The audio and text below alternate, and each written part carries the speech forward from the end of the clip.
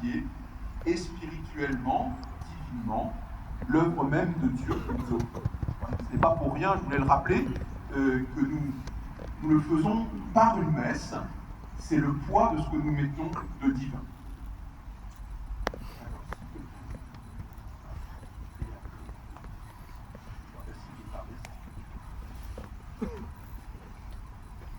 Au nom du Père et du Fils et du Saint-Esprit, ainsi soit.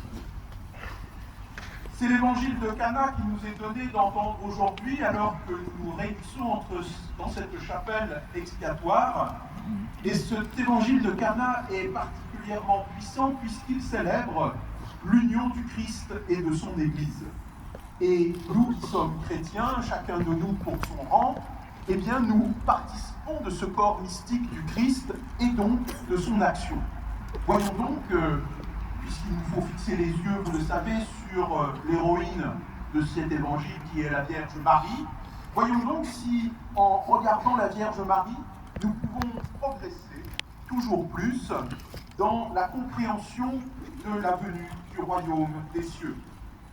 Voyons d'abord ce royaume de France, qui est royaume de Marie, c'est l'intercession de Marie, et voyons ensuite comment Marie coopère et comment l'humanité peut coopérer à l'œuvre de Dieu par elle.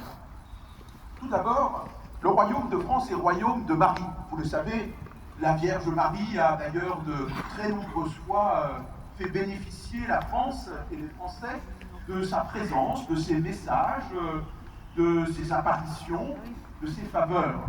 Ce n'est pas pour rien et c'est une responsabilité, c'est pas pour nous enorgueillir quand on porte un titre, une charge, eh bien il faut en être, il faut y être, et c'est bien la raison de notre présence à cette messe, c'est parce que nous sommes chrétiens.